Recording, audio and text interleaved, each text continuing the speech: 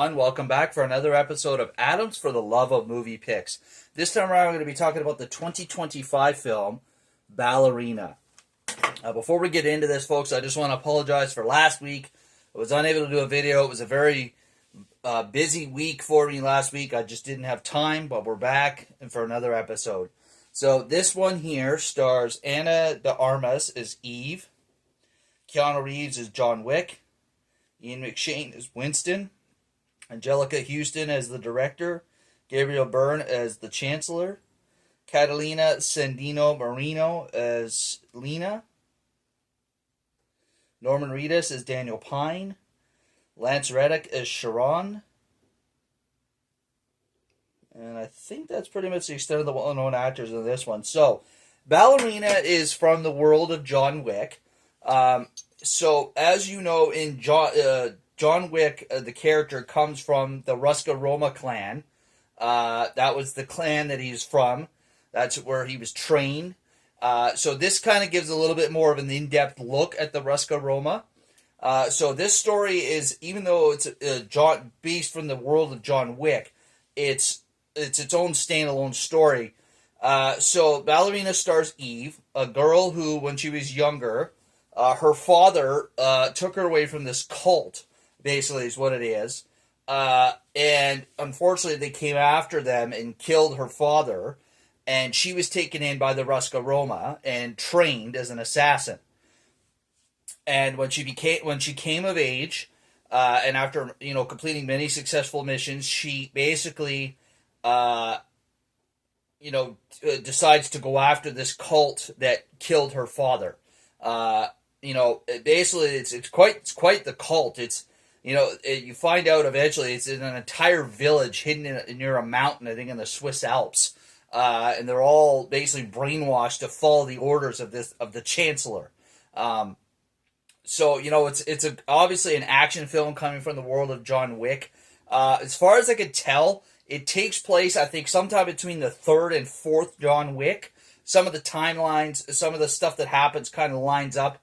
There's parts, so, obviously transgressions through Eve's life. Like, you see her as a kid, you see her, a couple years into being with the Ruska Roma, and then multiple years in the future with the Ruska Roma. So, I think part of it is, towards the end of John Wick 2, but the majority of it takes place between John Wick 3 and John Wick 4, as I could tell, because, as you know, in John Wick 4, Sharon, Winston's concierge at the New York Continental, is killed in the fourth film. Well, he's alive in this one, so obviously it takes place before the fourth film, but some of the events makes me think it takes place during or after the third film. So just if you wanted to know that. Even though you could kind of say it's like a female John Wick, I feel like it has enough of its own storyline that it's a good standalone film. And the way they work John Wick into the story isn't like overindulging, hey, it's her versus John Wick kind of thing. Like, it's the female John Wick versus the actual John Wick.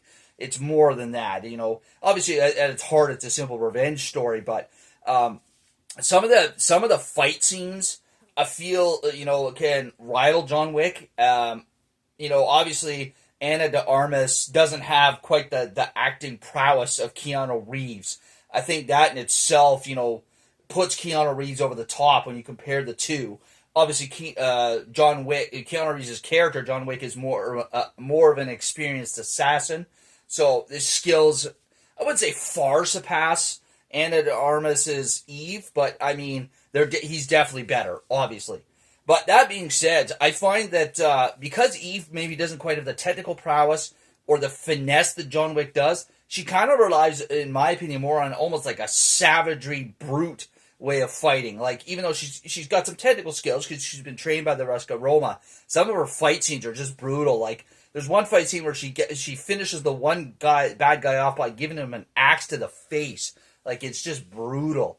But yeah, that being said, it's like I said, it's still got a good enough storyline, a good enough standalone storyline that it's, you're not just thinking you're watching a female John Wick. It's quite enjoyable. Like I said, the action scenes are quite on point. This movie, it's 125 minutes long, So it is over 2 hours, but it doesn't feel like it's dragging on. Like you're just like, is this ever going to end? It's a fairly enjoyable watch. So I highly recommend Ballerina, especially if you're a fan of the John Wick series. You will definitely enjoy Ballerina. So that's all we have for you this week, folks. As always, if you enjoy my channel, please click that thumbs up, leave a like down below.